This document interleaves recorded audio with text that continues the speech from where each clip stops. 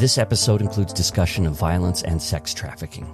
The taking by force of our land always has been twinned with the taking by force of our bodies. Toni Jensen grew up around guns.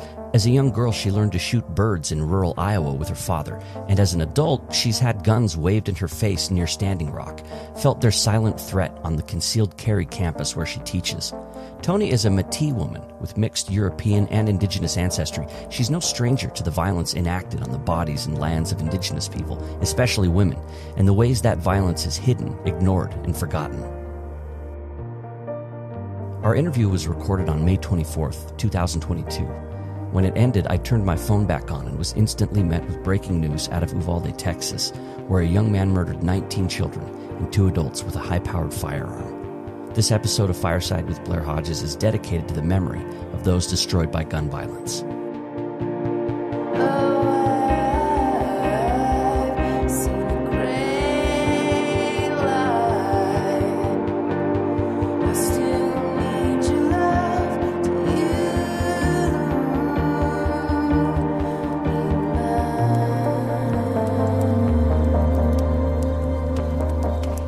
Toni Jensen, welcome to Fireside with Blair Hodges. It's great to have you here. Thanks. It's great to be here. We're talking about your book, Carry, a memoir of survival on stolen land. Was there a spark that led to this book, or was it something that just built up over time? Because it talks a lot about violence. It talks about firearms especially. Carry itself, the title, can mean a lot of different things, including carrying weapons or being carried or the weight that we carry. So I wondered, was there something that made you want to write a book that focused on firearms and violence, or was it just building up over time? And it did build up over time, but also there were 3 sparks in quick succession. There's a chapter in the book about my nephew having a gun held on him by a woman in an affluent suburb. That was a spark.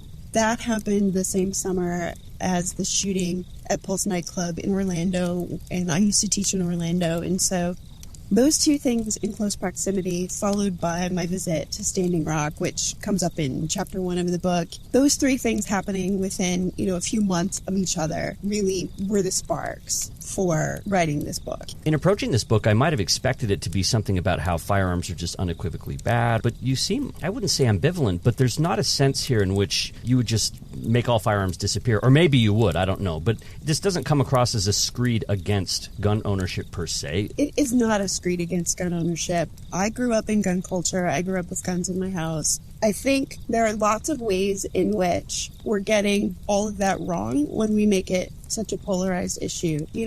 My favorite uncle, for example, who lived up in northern Minnesota and had a gun he would carry with him in case he needed it, right, out into the woods. It's a remote area. I don't have any problem with gun owners possessing firearms like that. It's complicated, though. He was my favorite uncle. He was not a domestic abuser. Had he been a domestic abuser, then there's a wrinkle. There's a complication. Mm-hmm. Domestic abusers generally also, speaking statistically, are the ones who carry their guns into places like Pulse nightclub and commit mass shootings. There's a huge correlation, well over 50%, closer to 80% of overlap between domestic abuse and mass shooters. And so I just think we need to be talking more about these wrinkles. No, I don't have any problem with someone owning a shotgun when they live in a rural area. I don't have any problem with bird hunters or deer hunters if they're responsible about other people's property and they're going to eat what they kill. That's the way that I grew up, right? Very rural. Mm-hmm. You needed a gun for certain things, but I think that the face of gun ownership in America has changed. We've jumped that shark long ago and we don't talk about it. Now the average profile of someone who owns a gun is a suburban, white, affluent or upper middle class person. And I was really surprised to learn that. So really, I didn't come in to carry with all of this knowledge necessarily. I had stories, and a lot of reading and a lot of research led me to this knowledge. And so, I try to see it from all sides if it's possible. But I generally say that the book is anti-gun violence. It's not anti-gun. I wanted people to get a sense for your voice that comes through in this book. You're a very powerful writer, a very moving writer, and so I asked ahead of time if there were some excerpts that you could read, and I picked a few out. Before we get to the first one, though, let's pause and take a second to define Métis. This is a really important concept in the book and about who you are as a person, so let people know about Métis. Sure. Being Métis means you're of mixed, Indigenous, and usually French or Scots-Irish heritage. In my case, it's a little both, but mostly Irish. And so Hudson Bay trapper traders, the first trapper trader companies to come to Canada, men would often intermarry with the women. And that's the history of how Métis people became a distinct identity, a distinct political entity, separate, but also still enmeshed in the tribes from which they came. And so in my case, it's Alberta Métis, but I grew up in the United States. There was a split in the family and we came down to the States. So I grew up in Iowa. My older uncles went back and forth when they were young, and my father worked a trap line, which is something many Métis do. I grew up with my aunts and uncles, with my cousins, with my grandmother, but I didn't grow up in Alberta. And so I think having some of what could be considered traditional, but also having a lot of silence around it, a lot of white passing around being Métis, all of that has formed my identity. And so I just consider myself to be a Métis person who's very disconnected from land and place, but not very disconnected from the ideas from the culture that influence land and place, if that makes sense. Yeah, thank you. All right, so let's get to this first section. This is a memory that you have from a writing workshop that you did back in grad school. So let's just get right to it and hear about this experience, please. Sure. When I was a graduate student in Texas, the first time I brought a story into workshop, a fellow student told me if I was going to, quote, write about Indians, I would need to separate my writing more from that of Louise Erdrich. Then this man misquoted from the beginning of Erdrich's novel Tracks, ostensibly to show how similar it was to my story. At the end of workshop, when it was my turn to speak, I corrected his misquotation and suggested in my most polite voice that perhaps to him, Indians writing about snow all seemed the same.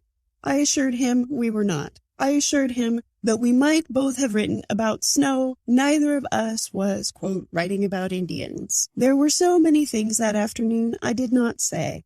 I did not tell this man how it felt in my first weeks on campus to have my favorite book mistreated this way. I didn't trust my voice for that. I did not explain how Erdrich rhymes with brick, not witch. I did not trust my voice for that either. Her books were sent to me by a friend when I was young and lived in Wales for nearly a year, so far from home I thought I might float from my skin. Her stories were the first fiction I read to contain the word Métis. I kept that part very quiet. There was no part of me that wanted to hear this word mangled and spit from this man's mouth. I did make 2 friends that day in workshop, a black woman and the white Republican son of a wealthy Texas oil family. I learned fast that I would be surprised in this place by who would be good company. The class held mostly white female faces, and not one of those women looked me in the eye or spoke to me then or any time soon after. Later, more company arrived, queer writers and Latino and Chicano writers, and another Native writer. So I had far more company than did Marie, far more voices pushing alongside mine. We needed each other. The next semester, another white male student wrote as his comments on one of my poems, "Stop writing the in for the moment, but sure not to last Indian poems." What I was writing, it seemed, was considered a fad, temporary, sure not to last. I was writing my life, as had so many generations of Métis before. So then we were, temporary, a fad, sure not to last. How can you stay in a place if your very existence is sure not to last? If not for my company, I might not have stayed. If not for my company, it could have been a last strong moment. The next year, yet another white male student in workshop started writing hate stories using all of us in the class as recognizable characters. He put only the thinnest of veils around all the terrible things he thought about each of us. Yet mine was the only character he killed off, over and over and over again. The second to last time, the character was run over by a Ford Escort. The Ford Escort then backed up and ran over the character that was me, but was not me, of course. It backed up and ran over again and again and again. At the bar after class, every time my company called me by my name, I shook my head and said, I now only answer to the name Ford Escort. I drank plenty that night, despite not having bought a single drink. In the weeks after, they called me Ford Escort in the halls. They maybe said it too loud because the next story from this writer was a different sort of story, a domestic violence sort of story, featuring my character tied to a chair, a man holding to her head a gun. The land on which that university sits was for so many years land lived on and fought over by Apache and Comanche people, who still live there, of course, just not in such numbers. We were all of us visitors. We were all of us invaders, though some more than others. Why, my friend Marcus asked in that workshop, why do you think you can do that to her? He clipped the ends of his words so that it sounded like someone snapping a towel.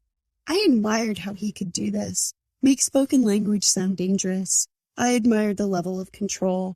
It's a character, said another white man. Marcus let out a sound like a hiss, like a deflating balloon or a coiled snake, and the writer began to laugh. The writer's laugh was not believable as humor or comedy, and it went on much too long. I felt such anger, but also a little sorry for him, for how long everyone held the silence after. It was in that same workshop where I learned how to shut down these men. When we arrived to class one day, the same white man who told me to stop writing my sure not to last poems had written a story set in Mexico City, in the garbage dumps. Locally, the people there sometimes are called garbage dump dwellers, so they are known by location and also for their ingenuity, for making homes and a meager living through recycling everyone else's garbage. In this man's story, the people who lived there ate with bare hands after sorting through garbage. Their faces were filthy and their movements were described like those of animals. It's not that difficult to see more variety in the people if you're looking. A quick Google search, for example, provides images of men wearing gloves and cowboy hats, children who work and also play, mothers who make meals from what they find. One friend in the class, the only Mexican-American person in the class, was so angry his voice shook when he told the writer, "They're like animals. You've made them like animals." "I've been there," the writer said, "with my church group. This is how they live."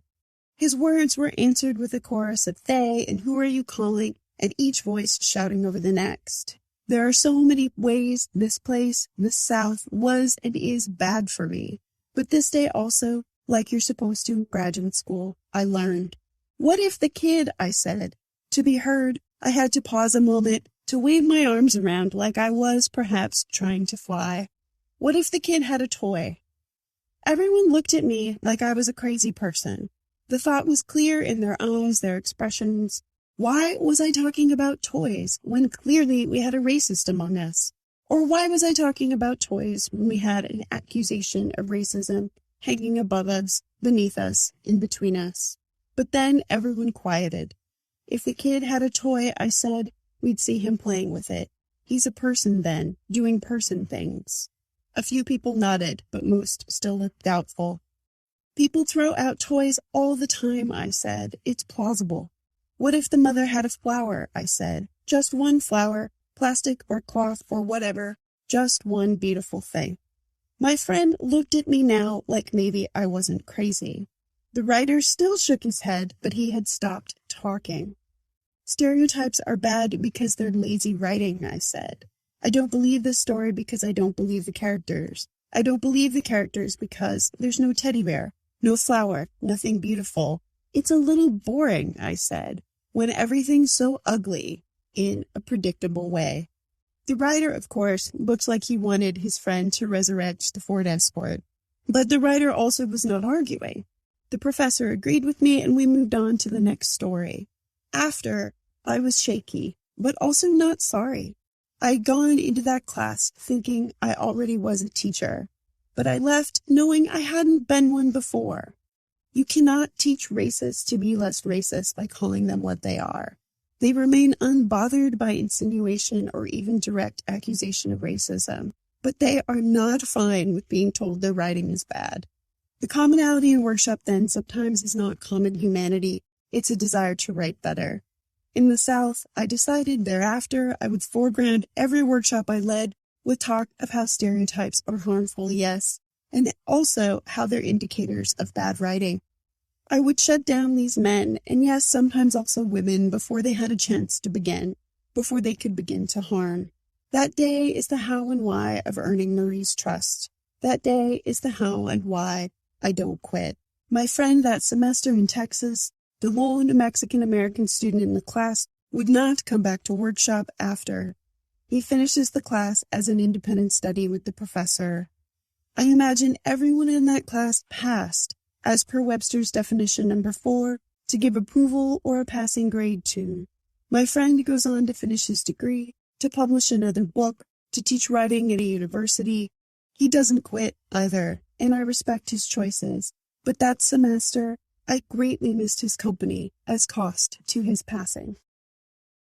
Thank you. You mentioned Webster's near the end there, and we'll get to that soon because Webster's dictionary is kind of an interesting character throughout your book. But I wanted to ask if racism, like you depict in this story, like you describe in this story, was fairly common in your experience in the academy especially. Yes, it's fairly common. West Texas is everyone's very clear sort of place. So this is a clear example, and that's why I pick it. There could be probably 30 more examples where people are murkier, are more veiled, or where there's crying instead of running over with a Ford Escort, right? Where people are crying. Yeah. When you tell them in a veiled way that they're racist. I mean, I've lived all over the country. I've taught all over the country. And what racism looks like place to place is different, how it's enacted. But it exists everywhere. I think people from the coast get this wrong sometimes, thinking it's only the South. Oh, well, you chose to go to graduate school in Texas. What did you expect? I actually prefer the kind of a very direct and clear confrontation because it can be met directly and clearly. When every interaction with the person is a microaggression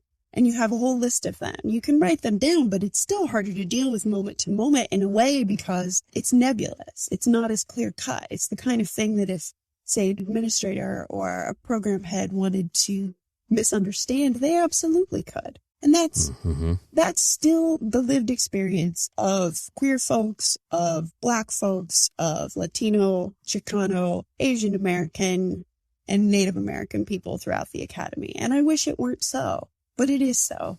And I noticed throughout the book you had different ways of confronting that. And also, as a woman, too, the sexism that happened and sometimes the outright misogyny, where there were times when you found that you had a voice to speak in the moment and other times when you had to sit back. You know, we get to see you handle these kind of scary, at times, experiences in a lot of different ways. Yeah. There's no single way to respond to it. There isn't. Sometimes you're up to confrontation and sometimes you're not. It's generally that simple. If it's a safety issue for me, or more importantly, for someone who has less power in some way than I do, then that's not necessarily the time to assume that person wants me to be the voice for them, right? And so sometimes it's good to save the processing of it and the coming forward about it for another day. I would say in workplace situations now, though, I'm a tenured professor. And so now there's very little that I won't speak back to directly. Also, you know, the environment where I work is pretty good in that way at University of Arkansas, but also Institute of American Indian Arts. It's a whole different environment there, mostly Native faculty and mostly Native students in our little residency MFA. And I quite enjoy sort of being able to like take that cape off my shoulders and set it down when I enter that space. Yeah. It's a whole different environment. And the piece that you just read also begins with someone basically saying, oh, you're an Indian writing about this, that's been done, kind of basically saying you're an Indian writer, that's what you are, and that's all you are. I can also see a flip side of that, of sort of tokenizing of like, you're the Indian writer. And this is something I face as a podcaster, right? Doing a podcast like this, I try to get a lot of different voices, a lot of different perspectives, but what it ends up meaning is like, you're the one Métis person that I've interviewed. And I don't want to give the impression that you're the Métis author, that you're representative of everything. And so there's a way to be condescending about it, like, oh, we've already heard from Métis. There's also a way to kind of tokenize it and say like, oh, you're representative. Do you feel that in the stuff that you've published, where maybe sometimes we have an example here of a person being condescending about it? Do you feel the other way of sometimes people are kind of like, oh, come and be our Métis person that we're going to have do the Indian thing for us, right? Yeah, absolutely. That does happen. And I think it happens less and less. I think the literary landscape is changing faster than the academic one. Oh, good. The academic model is still kind of one and done in a lot of places, right? Yeah, we got our Indian author and on to the next thing, right? Yeah, I will say that right before I was hired to teach at University of Arkansas, they hired several other Native faculty, including in the English department. And so it isn't that way for me there. I arrived with company, and that was terrific. Yeah. And that remains true, even as faculty ebb and flow. it isn't that kind of environment there. But I still see that being replicated somewhat across other academic spaces, other academic cultures. In publishing, it's opening up. The last 5 years, it's been an explosion of Native writers being published. And it's just amazing to see. Now my recommendations for books by Native writers, not just poets, also the poetry explosion has been going on longer is why I say that. But in prose, we're starting to catch up. Now there are lots of new books to look forward to at any given moment. And it's amazing. It's amazing. So I do think it's changing.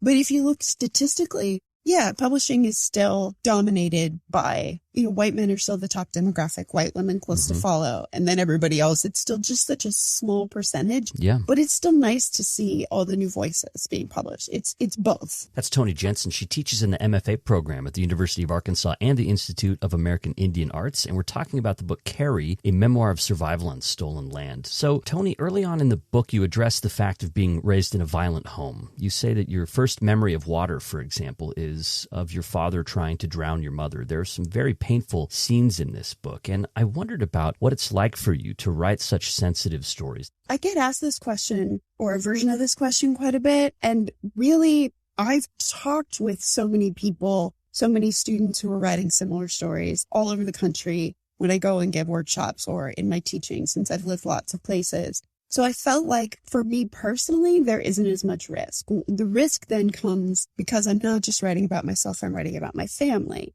And so, where the lines were and how personal and how detailed to make scenes that involve domestic abuse toward my mother, for example, right? Like I had to think carefully through how to craft those moments or those scenes because she deserves dignity.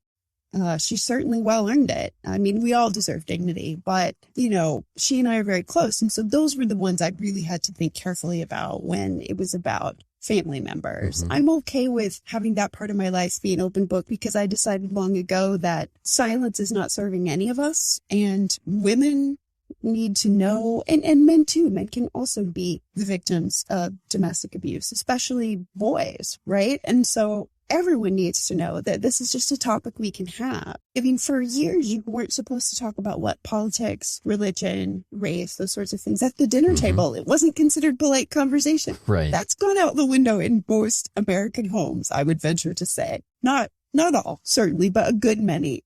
That has changed in my lifetime. There isn't any reason we can't have open discourse about gun violence and domestic violence, both. There really isn't. It's just a hurdle we have to jump. And those of us who are willing to put a face to it, right? There's no reason then that we shouldn't be leading. It doesn't cost that much. We get to see you as a writer reflecting on this too in some of the pieces. For example, there's a part early on in the book where you're talking about your father and drinking. And you say, there's a danger in writing about my father's drinking. I know this. Native men, including Métis men, so often are depicted as drunk, hopeless, more hopeless. My father's Métis, and he drinks. Maybe say a little bit more about what that danger is and how you reckon with it as a writer. I get very irritated when otherwise excellent contemporary American writers who are not Native write about Native men as, in drunken caricature ways, or about the women in hypersexualized or Mother Earth sort of caricatured ways. The Mother Earth stereotype is at least positive, but yeah. But come on, we can all do better. If you're otherwise a really skilled writer, you can bother to craft these characters well. Or two, if there's the sense that in a place where they're unaware that there are still Native people, where there's an absence and the Native presence is only through the history, or, this is the land on which, sort of land acknowledgement, sort of thing, where it's just these people used to be here. Well, they're still there, and bother to learn that, and bother to put a character in a story and craft the character well. You can do it with literally all other manner of characters of other backgrounds. So there's no reason that Native characters can't be depicted fully. And so I felt a special responsibility then to make sure, because my dad is going to be depicted as a complex, full person, right? That he's there drinking at the bar, but so is literally everyone else in the town almost. It was really common. I'm from a town of fewer than 1,000 people, and there was always more than one bar operating, and the churches do outnumber the bars still, but really quite a few bars for a population of that size. Probably pretty close, yeah. Yeah, and so it isn't also that first, it's the second chapter. I talk about going there and drinking orange soda and eating barbecue potato chips. I really liked, as a child, I really liked going to the bar. I mean, it wasn't, there's no trauma there in those memories, like really zero. And so, that was almost a safer place for you compared to some of the other situations you found yourself in. I mean, maybe it's set up for some danger later, right, with alcoholism or the effects of alcohol. But yeah, you do depict a kind of fondness for this safe little place where you had your chip and your OJ. Yeah, it was not bad. It was really not bad at all. And so it's a small town. Everyone knows one another, right? And so, you're a little girl in your ballet leotard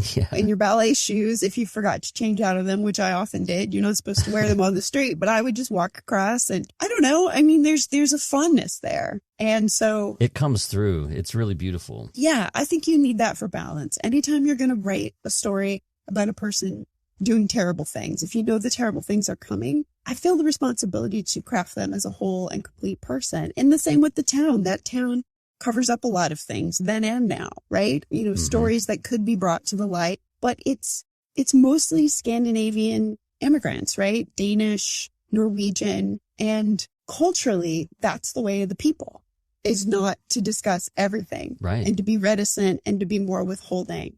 And that's okay.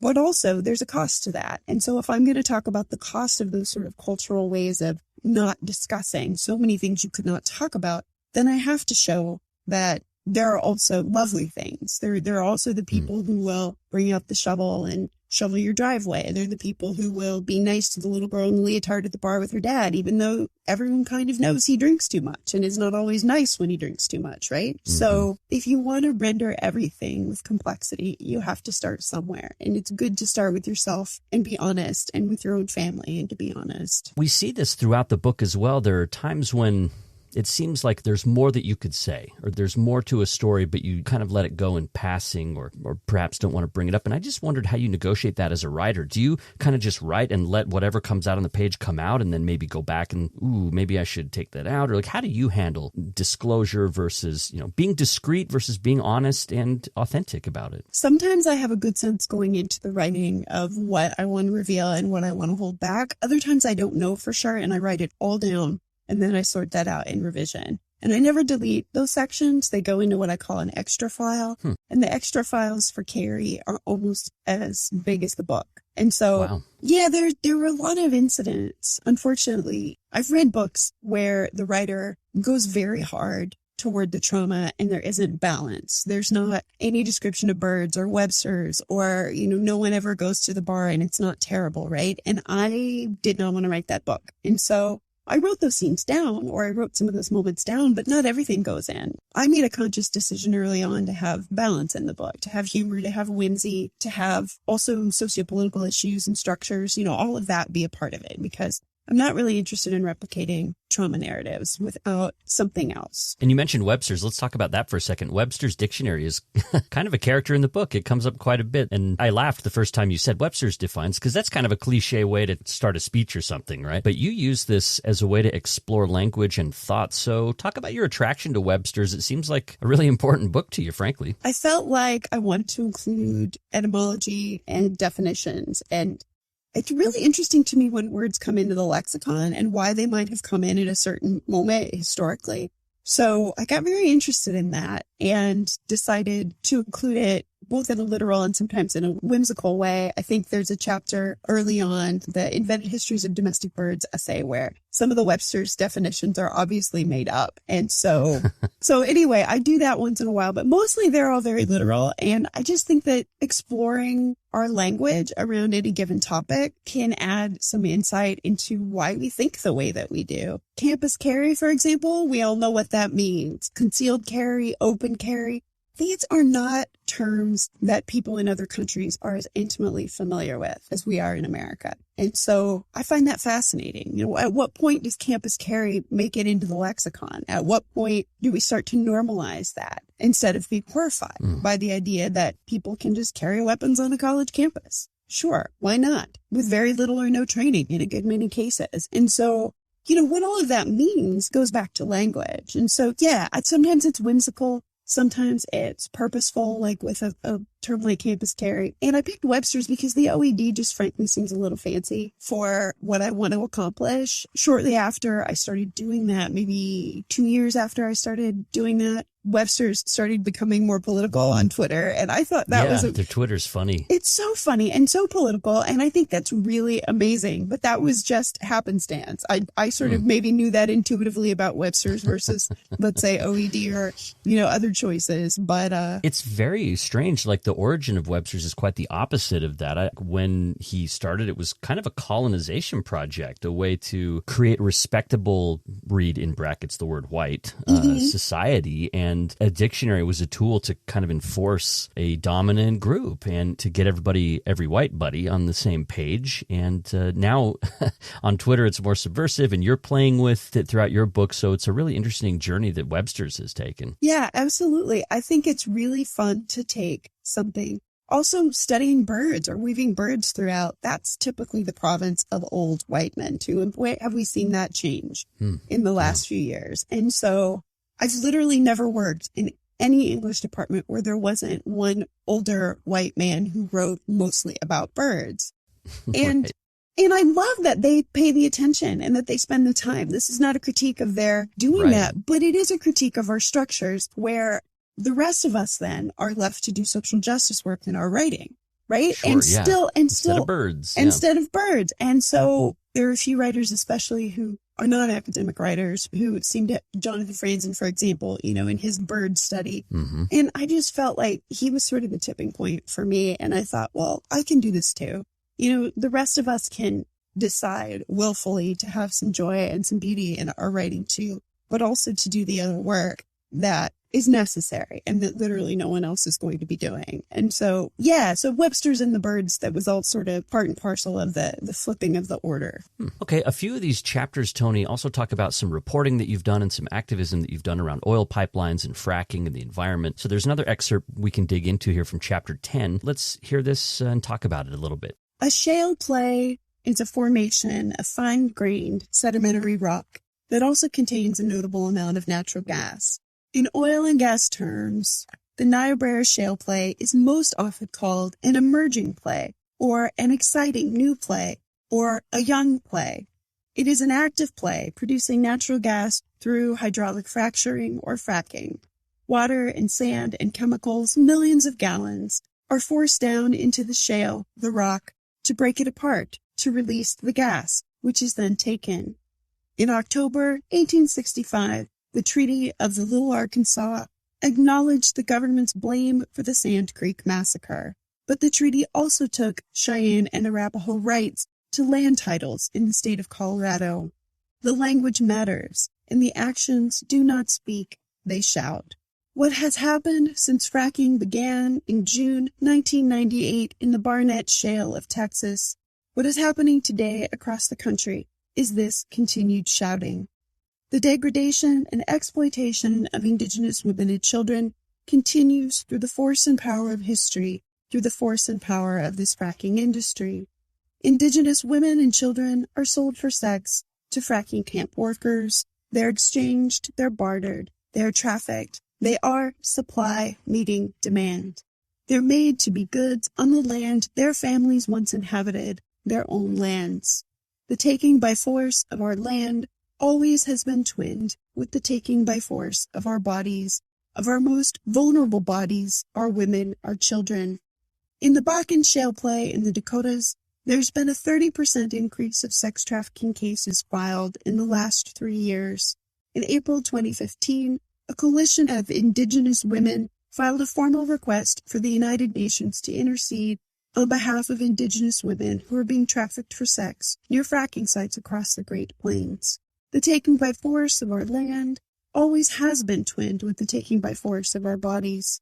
In rural northern Pennsylvania, along the New York state border, sex trafficking around Marcellus shale sites has grown so great a local YWCA received a $500,000 federal grant to provide help to trafficked women and children, many of whom come from nearby reservations in New York. The organization Sing Our Rivers Red has taken its art exhibit to New York and to North Dakota and to most states across the country. They collect single earrings and display them on red backdrops to memorialize the missing and murdered Indigenous women. The taking by force of our land always has been twinned with the taking by force of our bodies. A lot of this was news to me, and you have been thinking about it and covering it, researching it for a while now.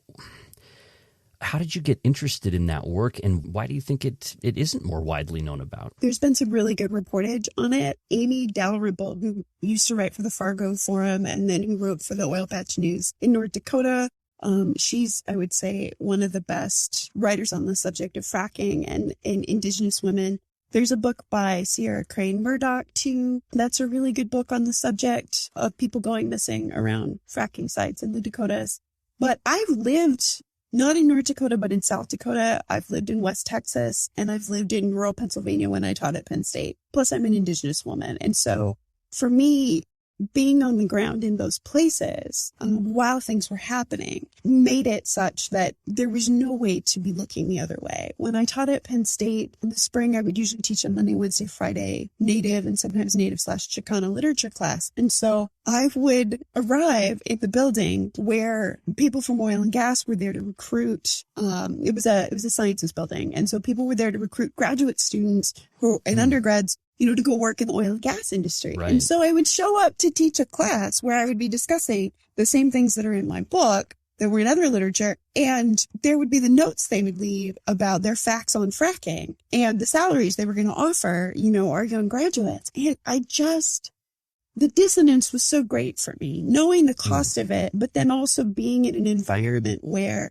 it was so celebrated and still is so celebrated. And oil and gas money and what it means to a place, what it means to the nearby institutions, the universities, the research entities, in small towns, the high schools. You can tell who took the frack money in small town America in frack lands by looking at their library and by looking at their high school, right? If it's new and shiny, that's what they've spent it on. If it's not new and shiny, either they didn't take the money and they fought fracking, or it went into individual hands. But I like at least when they get a good-looking high school and a good-looking library out of it, because the roads will be ruined and the water will be ruined and the air will be ruined and individual homeowners will profit, individual landowners will profit, but then their quality of life will go down dramatically. That's what you see. I've gone back to the Marcellus Shale many times, and there are roads that I went to years and years ago. My daughter's 15 now, and she was little then, not even in elementary school yet. So more than a decade ago. And the cleanup that was supposed to come to those roads never came. And their houses are uninhabitable. You can't get down the road because the fracking trucks ruined the roads. And, there were supposed to be hilltops that were supposed to be built back up and things were supposed to be planted. None of that is happening. None of that will happen. And so the boom and bust cycle, what it does to the land and the piece about Indigenous women being trafficked, I think all of that has to be connected more forcefully and more intricately than we've been connecting it. Because you wouldn't think necessarily that they have anything to do with one another in a place like rural Pennsylvania, but they absolutely do. It's so, I have to ask, where's law enforcement? Where are people who could care about this and try to do something about it? The statistics are there, so someone's keeping statistics. Yeah, the statistics are starting to be there. The Indigenous Women's Research Center is starting to keep statistics. Other individuals have started to keep statistics. Social workers, for sure, are the unsung heroes of all of this because they're working actively to get grants like the one I mentioned. In the piece I just read in rural Pennsylvania, most of those people were my resources. And so I can't even begin to describe the work they're doing where they're working actively to get funds and also, to help get women out of these situations. And they're also working actively to raise awareness. And then they're working actively on the individual level to get women out of life and to get them into, better situations. And so, yeah, it's a complex sort of layered or tiered approach. And they're the ones doing most of the work, sometimes in harmony with law enforcement and sometimes not, depending on the place. And I'm struck, too, by the fact that you're writing about it because, on the one hand, you talk about being protected when you want to be by a white privilege raincoat. In other words, you can kind of put this presumed whiteness. People might see you and just think, oh, there's a white person. And also, you're in the academy, you're an educator, you're a writer, and both of those things could give you plenty of cover to not engage with such a difficult, really harrowing thing. In fact, in some cases, it could even be dangerous for you to engage in that kind of research and work. So with those options ahead of you, I'm just curious about your own drive to participate in that kind of research and that kind of writing. I think it's much more dangerous for people who don't have the kind of cover that I have. My white privilege does protect me in most situations. Not all, but most. I'm still a woman, right? Mm-hmm. I'm still an Indigenous woman. And it's interesting who figures that out and who doesn't. But yeah, I do feel like all the things you say are true, but then I have more responsibility. I have this privilege. Those of us who have these privileges, I didn't come from these privileges, but I've earned them. And so since I've earned them, it's my responsibility then. It's all of our responsibility, those of us from privilege, to do better. It wouldn't be safe for a good many of my female students to be out doing this sort of work. It is pretty safe for me to be doing it. I come from a journalism background. I understand, laws and rules and how to get a story in a way that affords me a lot of cover and a lot of knowledge. I'm older than they are. While I've been up here in Alaska, I met with a former student who was talking about wanting to write about a murder that had happened and how she's just not ready. And I said, I'm probably 20 years older than you are, or 15 years older than you are. And so you might get there and you might not, and that's okay. But she doesn't have much of the structural privilege that I have, and she doesn't have the years on the planet that I have. And so, I didn't start doing this work until I was in my late 30s, probably middle to late 30s. And so I think those of us who can do it should do it, I guess. And I can do it. And so why not? And when it comes to privilege, we get to see privilege on a number of different levels throughout the book. I'm thinking, for example, of chapter 13, which is called Chicken, and you introduce us there to 3 different people who handle firearms for very different reasons and with very different outcomes. There's Carla Tyson, who's a wealthy white woman connected to Tyson Foods. There's Christopher Hancock, who's working class at a Tyson factory, oddly enough. He's armed but doesn't end up shooting, receives a huge sentence for it. And then there's your daughter in that same chapter who goes shooting with friends. And so maybe spend a minute on that juxtaposition of those different privileges, different possibilities, different outcomes, all surrounding firearms. Yeah, I felt like that was such an interesting case. Carla Tyson, pulling a gun on those young people who, while they sat in a parked car in front of their family home, was a clear-cut illustration. And I know Carla, right? Because I lived in that neighborhood. We lived in the same neighborhood briefly, and it was a social neighborhood where there was an ice cream social when we first moved in. And I thought, where have we moved to that there's an ice cream social literally the day after we move in? Yeah. What in the world? Yeah, what is this place? But it's a lovely neighborhood. And, by the time I wrote that chapter, I had learned more about who the average gun owner is in America, and they look a lot more like Carla Tyson than a person might think. And so I felt like then it was really important to include that section. Also, it gave me a chance to write about Northwest Arkansas, where I live. And it's a super interesting place because it's the headquarters and home of Walmart, of course, of Tyson Chicken, of J.B. Hunt, and of the university. And so you have all these worlds merging.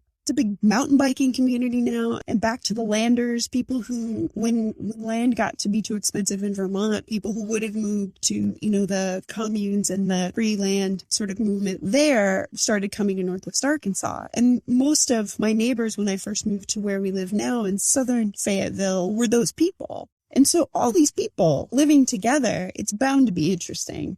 And we have one of the highest rates of gun ownership in the nation in Arkansas. And so also there's plenty of gun controversy where I live too. So that chapter gave me a chance to talk about who owns guns, who gets to wield power, who gets what sort of a sentence and why for almost committing a gun crime, right? For threatening to commit a racially motivated gun crime and then not doing it.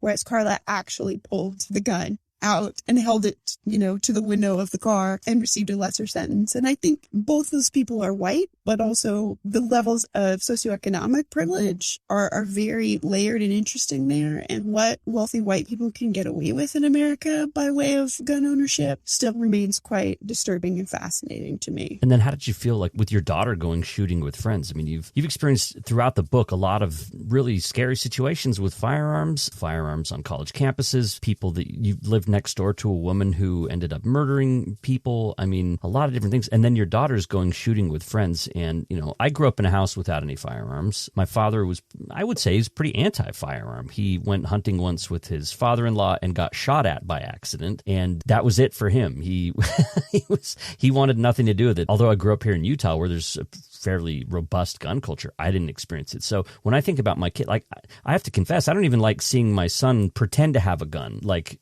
do anything like that. And he's a young white kid too. So there's even some privilege that would protect him in that. So I don't know. It was interesting to read your thoughts about your daughter because you're a little bit ambivalent about it, honestly. I was surprised to find that I was ambivalent. In her growing up years, her childhood, I really thought I would have more of a absolutely do not ever with guns sort of approach. I trust these neighbors. They were some of our first friends.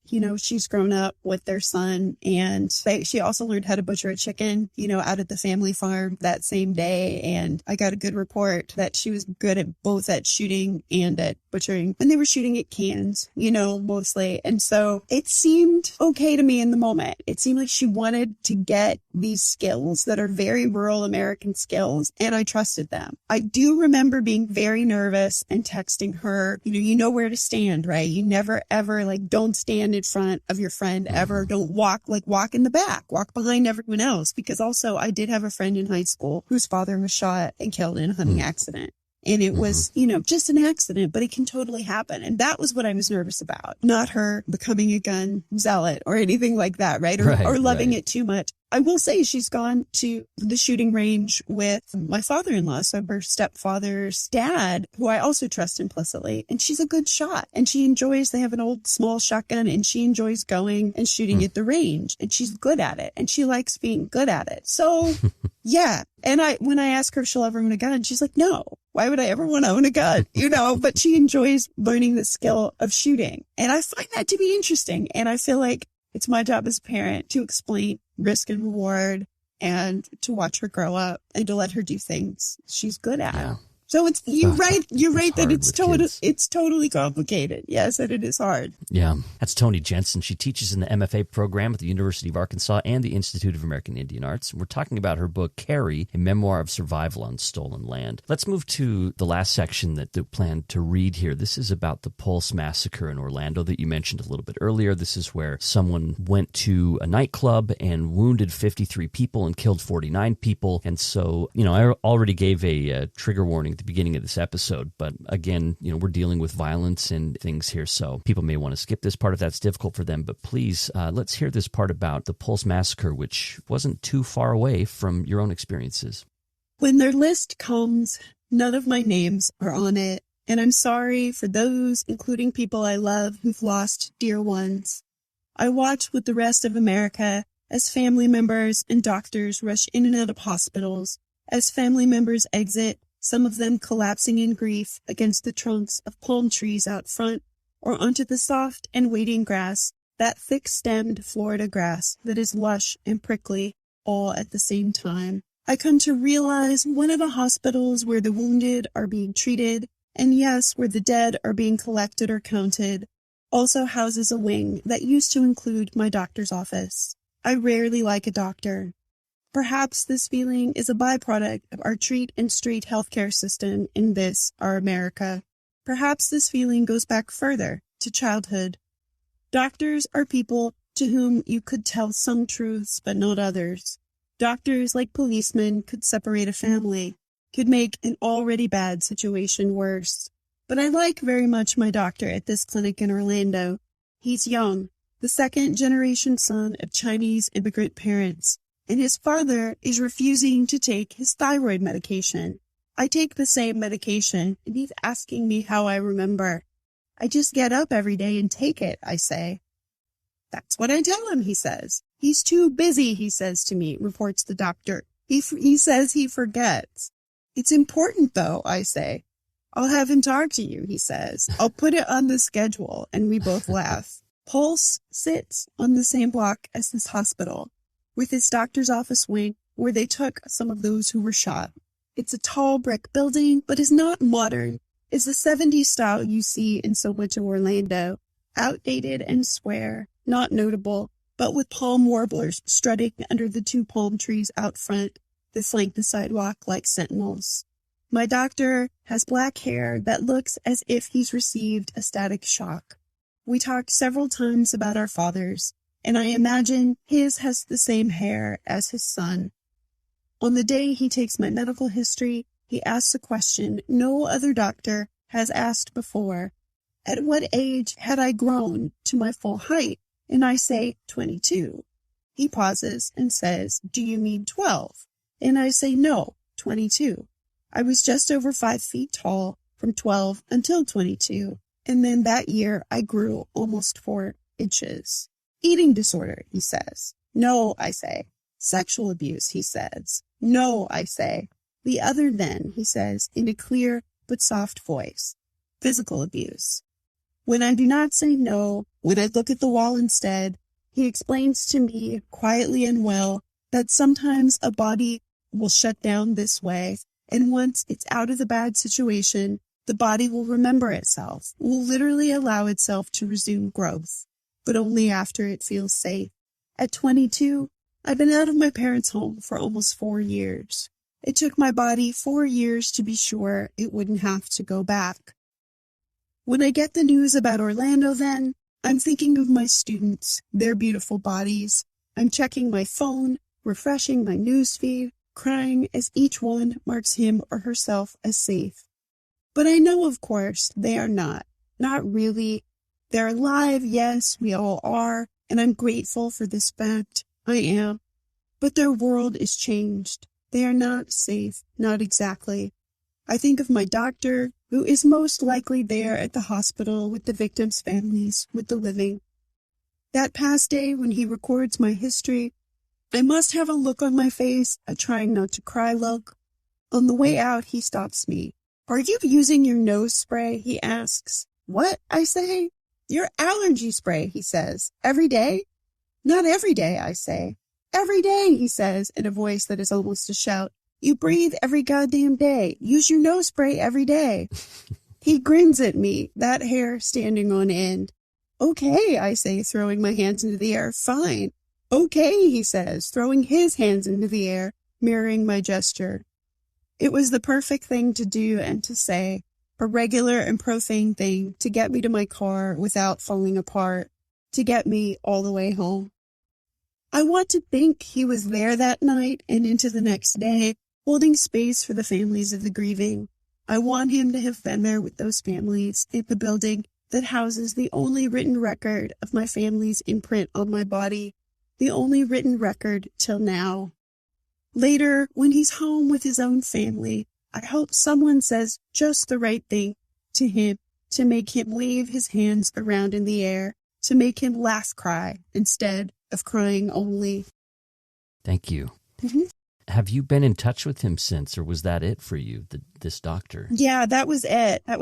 I didn't recall his name with enough particularity. I tried. I did spend several days on that looking, but he was a resident, right? And residents move around. Right. But he was he was more of a beginning resident, so I thought it was plausible. Residencies last quite a while, and I thought it was plausible he would still be there, but not certain, and I couldn't track him down, but I did try. Yeah, I liked him very much. As I'm reading that piece, I'm so moved, but it's also so difficult to get through. And I can't get through it without just wanting something to change. I want something to happen. And it reminded me of how I felt after Sandy Hook, where a shooter went in and murdered children in his school, and nothing happened, I feel like. And a quote from you here in the book, you say, I don't know where to put these connections. I don't know where to put my grief and my rage sometimes in this, our America. And that resonates with me so much. And I don't know, reading this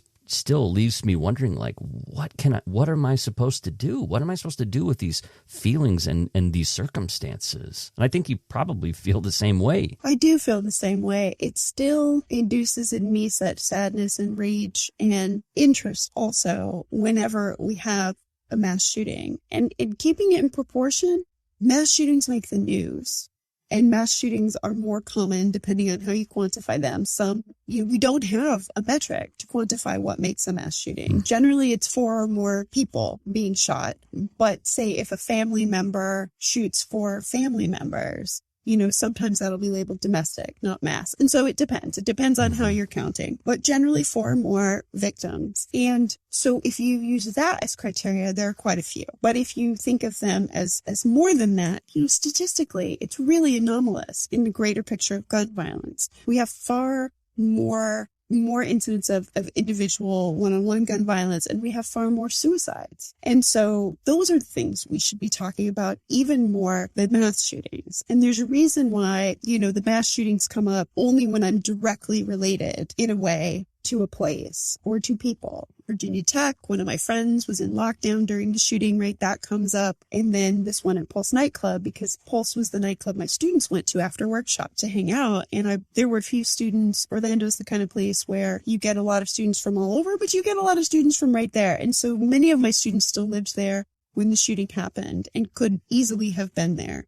that night. And so it was very personal. Otherwise, in the book, I'm trying to make sure that there's a more balanced view, that we talk about all the ways gun violence affects us. But yes, I still feel the same helplessness and rage I think that most people feel. You can make a difference by getting involved in some sort of a way. Groups like Moms Demand Action are not just for moms, for example, and they're doing such good work all around the country. Every Town for Gun Violence doing such good work. Having the conversations too makes you feel less impotent, I think.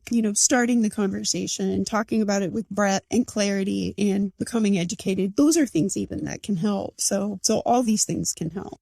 And when you've written and published a project on this, I just wonder what it's like to kind of walk away from that because, we just had the Buffalo shooting in between the time that we planned this interview and here we are talking about it. And we had another mass shooting in addition to all of the suicides and all of the other gun incidents that have happened as well. And so when you finish a project like this and now it's out in the world, and do you feel like it's something you can walk away from? Or, what are you doing now when it comes to this project that you finished, but obviously there's still everything you write about is still out here in the world. So we're still dealing with it. I would really like to put it down, but I learned, all the time that I'm not really putting it down. I'm still researching. I'm still so deeply interested and involved. So I don't know that I'll be writing necessarily more about guns and gun violence, but I don't know that I won't either. I did a talk recently through the Anti-Racist Book Festival with Dr. Carol Anderson, who's written, I think, 3 really good books on guns and gun violence and gun history. And I loved that conversation. I love talking with someone else who's been devoting so much of her life to these topics, and especially to race and racism. And the history of the Second Amendment was her last book, and how basically, it's an anti-Black piece of legislation in so many historic and important ways. And I don't think people know about that. And so I found myself after the shooting in Buffalo missing the shuttle I was supposed to take to give a presentation at the writing conference and having to walk up the hill instead because the father of the young man who went into the grocery store and shot it up in Buffalo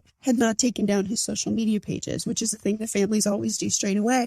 And I was deeply curious as to whether people online were saying, of course, the family must be gun nuts, right? Like there must be all sorts of unsecured weapons in the home. And a quick perusal of his Facebook page and the Facebook pages of his friends indicated that was not the way this young man grew up. There are no pictures of people doing gun activities, on the father's Facebook page, which he had not taken down, or on any Facebook pages of any of the friends. There were sporting pictures. There were fishing and hiking and a lot of those sorts of pictures, right? But it didn't seem like this young man grew up in gun culture as much, except for how all of America's gun culture. Sure. So I'm researching that and missing my shuttle up the hill to the writers conference. So no, I'm not done. I mean, right. That really illustrated to me that, I'm not done. I would like to be done, but America's not done. So probably I'm not either. And what does writing about it do for you personally? Like, what does it feel like to do a project like this? Because it's not it's not birds. Yeah, it's not. No, but I think it's important. And I think now I have such a deeper understanding than when I began that I just feel as if there's another level, probably like in a video game, how you can level up. I feel like I can continue to level up with my understanding of policy, my understanding of history, reading Carol's book. I didn't know some of the things about the Second Amendment that she puts forward, for example. There's more to do, There's more to learn. There's more to put forward. And unfortunately, too, there will continue to be personal intersections, and there will continue to be, ways in which my life intersects with guns and gun violence. And so I'm not quite sure. I've been interested lately in gentrification of neighborhoods too. Our Northwest Arkansas, since we've made all the best places to move to lists, we're gentrifying at a crazily rapid pace. And so thinking of the lived history of a place and what that looked like in relation to segregation, in relation to guns and gun violence and gun laws has been kind of interesting. And that's something that I've been looking at recently. That wasn't something I took into account as much in Carrie. And so, yeah, I'm probably not done. Not all the way done. I would like to be only writing a book about gentrification, which is what I thought I was doing. But gentrification often happens through violence, right? And so sometimes armed violence. And so I'm thinking through that right now. Thank you. That's Toni Jensen, and we're talking about her book, Carrie, A Memoir of Survival on Stolen Land. All right, Toni, do you have a second? We're going to take a break, but I'd like to come back and just take a second to talk about best books. Is that all right? Yeah, that's great. All right, this is Blair Hodges, and I'm taking a second here to stir the embers a little bit, keep the flames going a little bit longer. And instead of reading a review this time, I thought we would check out a YouTube comment. This was recently posted on the Adam Miller episode from Season 1. This is from S. Catherine Hester. She says, I thought being retired would be boring. I live on my Social Security and family generosity, but life has become rich for me as I've realized the absolute richness of time, in particular, time to study and learn, to look at who I am and be able to find all the spaces in my head and heart that are longing. I just stumbled upon your podcast and listened to this episode last evening since I have Adam Miller's book he was discussing. I'm looking forward to listening to all the episodes. I'm grateful for great minds and the willingness to share. Thank you, just thank you. Well, thank you as well, Catherine Hester. I really appreciate you taking time to leave a comment there on YouTube. Not a lot of people listen on YouTube, but I put it up there anyway because sometimes that's where people are. That's where people might find it. So people like Catherine, so I'm glad to hear that you found it there. If you like this episode, there's more. You can check out other episodes of Fireside with Blair Hodges, and of course, please recommend it to your friends. That's the main way that we grow the audience. All right, that's all I have for now. Let's get back to the interview. It's Fireside with Blair Hodges. We're talking today with Toni Jensen, author of Carrie, A Memoir of Survival on Stolen Land. And now it's time for Best Books, a segment that I really love. This is when I get to hear from great authors about books that they've loved. Toni, I really enjoyed your book, and now it's your opportunity to talk about a book or books that you'd recommend. And it could be about anything you'd like. Yeah, there's a book by Dene, or Navajo writer Danielle Geller, a memoir called Dog Flowers. And I would highly, highly recommend that. Danielle's an archivist and brings that sort of sensibility, sense of discovery and cataloging to the really, truly beautiful and amazing story of her life. And so I'd recommend Danielle Geller's Dog Flowers in nonfiction. In fiction, there's a chapbook out called Master Plans by Nick Almeida, who's a new writer. And it's a beautiful, short book of short stories. And so I would recommend that. Say a word about what chapbooks are, by the way, for people that don't know chapbooks. Yeah, chapbooks traditionally are poetry, and they're little condensed books not much bigger than would fit in your back pocket. And so I think they're making a resurgence right now because we're all so busy and our attention spans have been Twitterized, right? So everything is so short, and chapbooks are making a real comeback, I think, because of that. And so it's just a shorter book, and they're usually condensed around one kind of aesthetic or one sort of idea. And they're often poetry, but sometimes are prose. And in this case, it's prose. They're quirky, funny, inventive, whimsical, but also kind of heartfelt short stories. So yeah, Nick Almeida's Master Plans. Great. All right. And then did you say you had a third one too? And then poetry. I got to do all the three genres. I would recommend Jamal May's book, Hum. He has another one, The Big Book of Exit Strategies, that is also wonderful. So I've read his poems a lot while I was writing Carrie, and